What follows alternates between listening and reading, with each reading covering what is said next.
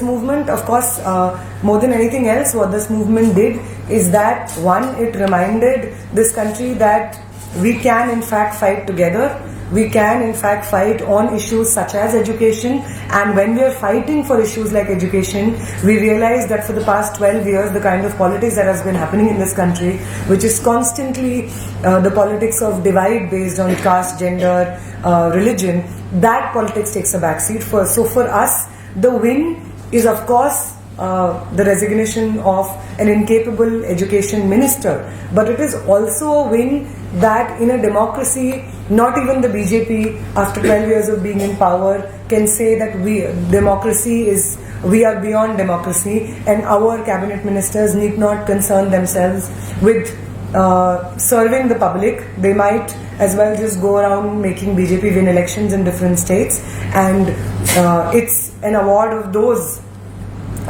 services to the Bharatiya Janata Party or through the RSS that you will be given a cabinet portfolio. That is no longer true for people.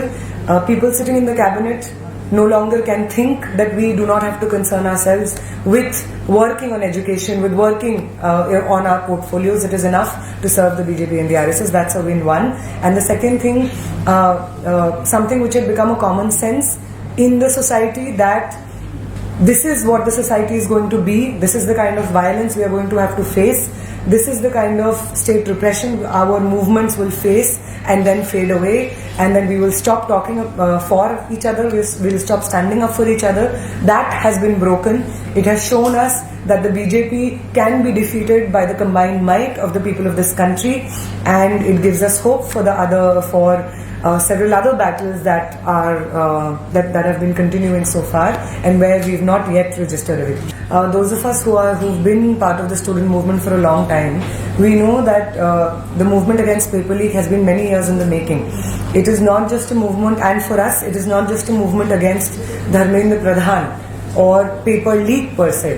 When you talk about paper leak, you have to inevitably talk about the NTA, you have to inevitably talk about the NEP, you have to inevitably talk about the fact that time and again the people who have been linked or whose names have cropped up in investigations against paper leak, they are associated with the ruling parties in power. They are associated with the Bharatiya Janata Yuva Morcha, they are associated with the RSS, they are associated with, in different states, with the state governments, and they get impunity from these state governments, especially in states like Jharkhand, Bihar, in states like Rajasthan, and states like Gujarat. There is an entire mechanism which is at place, there is an entire system which is at place, and this system of paper leak, for the system of paper leak, the NTA acts as a front.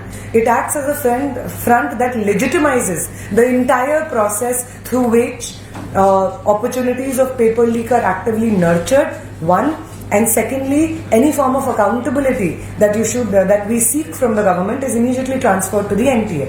And at the same time, the coming in of the NEP, we know that throughout this country there was an increased resistance against the centralization of exams. There was a student movement, a very high-scale student movement going on in states like Tamil Nadu, which were demanding their own entrance examinations to be conducted in a decentralized manner.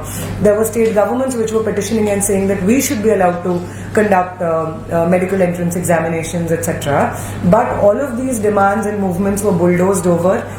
The NEP was brought in, and through the NEP, all of these examinations, be it medical entrance, engineering entrance examinations, examinations to PhD, examinations to now we know CUET through CUET UG, all of them have been centralized, which does what is give rise to and nurtures paper leak mafia, along with dismantling public education system and erecting in its place an entire system of where students are forced to take coaching in private institutions, which are then worth lakhs and lakhs of money.